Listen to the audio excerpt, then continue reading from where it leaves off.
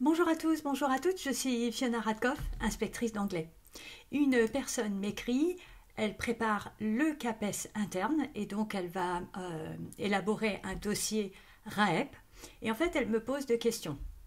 Voilà, elle a eu une licence en littérature anglaise en 94 au Maroc, elle a enseigné quelques années, elle a travaillé dans le secteur privé, dans des multinationales spécialisées dans l'import-export.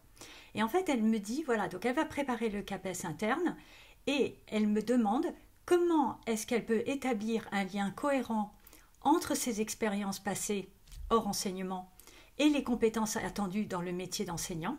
Première question. Et deuxième question, comment proposer une réalisation pédagogique pertinente alors que je n'ai pas encore eu l'occasion d'enseigner dans un cadre institutionnel en France.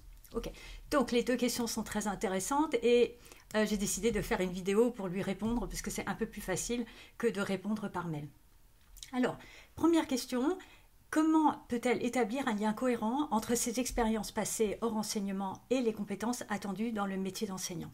Donc, première chose, avant tout, c'est de lire les rapports de jury.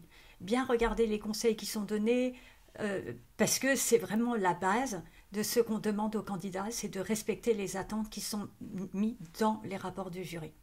Maintenant, en dehors du rapport de jury, donc elle a une expérience professionnelle mais hors enseignement. Et donc, ce que je conseille, eh bien, je vous mettrai le lien sous la vidéo, c'est de regarder quelles sont les compétences attendues d'un professeur stagiaire. Et donc, il y a une grille d'évaluation qui précise, qui énumère un certain nombre de compétences. Et donc, ce que je vous encourage à faire, c'est regarder toutes les compétences qui sont listées. Donc, il y en a vraiment un certain nombre.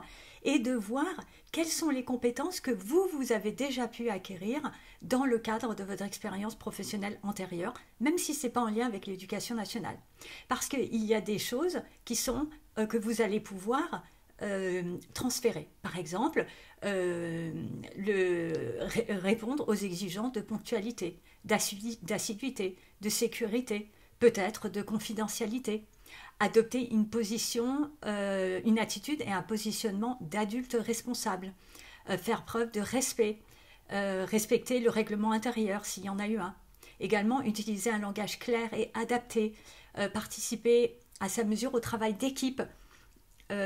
Adopter une attitude favorable à l'écoute et aux échanges avec les membres de la communauté, participer aux différentes instances et conseils, communiquer avec les gens. Vous voyez, donc en fait, quand on regarde, même s'il n'y avait pas de contenu à proprement parler didactique, il y a quand même des choses, dans quelques milieux, environnements professionnels où vous allez travailler, que vous allez pouvoir transférer et pour pouvoir bien faire le lien entre le travail précédent et les compétences attendues d'un enseignant.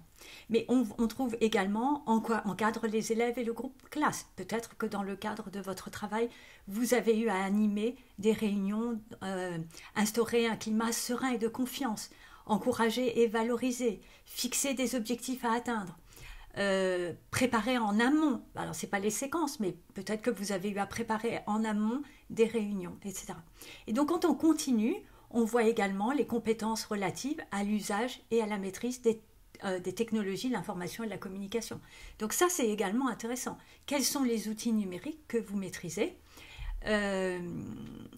et bien également s'engager dans une démarche individuelle et collective de développement professionnel. C'est-à-dire, est-ce que vous avez suivi des formations pour développer vos compétences professionnelles? Est-ce que vous avez été capable de prendre du recul pour porter une analyse réflexive sur les compétences que vous avez, sur comment vous voulez évoluer et progresser?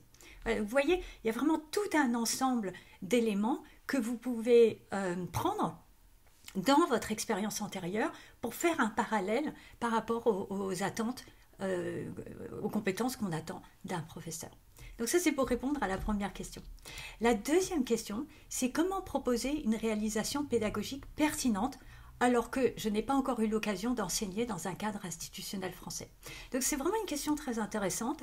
Et là, ce que je vous conseille de faire, c'est de prendre une séquence que vous avez enseignée dans votre pays d'origine ou là où vous avez enseigné antérieurement, de l'analyser au regard des attendus de séquences que des séquences qui sont mises en place dans le cadre des cours en France. Et dans ce cas-là, ça veut dire aller contacter le collège à côté de chez vous, le lycée à côté de chez vous. Je ne sais pas si vous avez des enfants ou pas, mais si vous avez des enfants, contactez les professeurs d'anglais de vos enfants, expliquez-leur, voilà, je passe le CAPES interne. Et vraiment, les gens sont très très accueillants, vous verrez, on vous accueillera dans la classe, etc. Et regardez comment les cours sont construits, comment les séquences sont construites. Regardez également sur ma chaîne YouTube, mais également les webinaires, je vous mettrai les liens vers les webinaires, où j'analyse des séquences. Et donc, faites le lien, donc analysez votre propre séquence, telle que vous l'avez construite, mais également analysez-la au regard des attentes des nouveaux programmes, par exemple. En quoi est-ce que c'est différent sur le plan culturel? Peut-être qu'il y a des différences sur le plan du niveau que l'on vise, avec les savoirs sur le plan lexico ou grammaticaux, les activités langagières, etc. Donc, c'est ça ce qui me semble le plus intéressant. C'est-à-dire, je vous déconseille d'inventer une séquence fictive, mais de prendre quelque chose de personnel et de montrer comment vous prenez du recul et vous analysez le travail que vous avez fait par rapport aux attentes de l'enseignement en France. Voilà, j'espère que ça répond clairement à la question. Et donc, juste que vous sachiez, je fais des euros blancs à partir de début décembre. En fait, début décembre, les gens m'écrivent. Et je garde les adresses mail. Et puis en général, 1 ou 2 semaines avant les vacances de Noël, je fais une visio de 2 heures dans laquelle j'explique les attentes du concours. Et au retour des vacances de Noël, on fait un oral par semaine. Donc c'est gratuit, tout est enregistré, c'est envoyé aux personnes qui sont inscrites. Et si vous pouvez être présent, c'est très bien. Si vous ne pouvez pas être présent, c'est pas grave, vous recevez l'enregistrement. La condition, c'est que ça n'a pas à être diffusé parce que c'est important qu'on reste entre nous et qu'on puisse faire toutes les erreurs que l'on souhaite sans avoir peur de retrouver ces erreurs en ligne sur Internet avec des commentaires. Voilà, excellente continuation à tout le monde et puis merci à la collègue qui a posé la question. C'était vraiment une très bonne question. À bientôt, au revoir.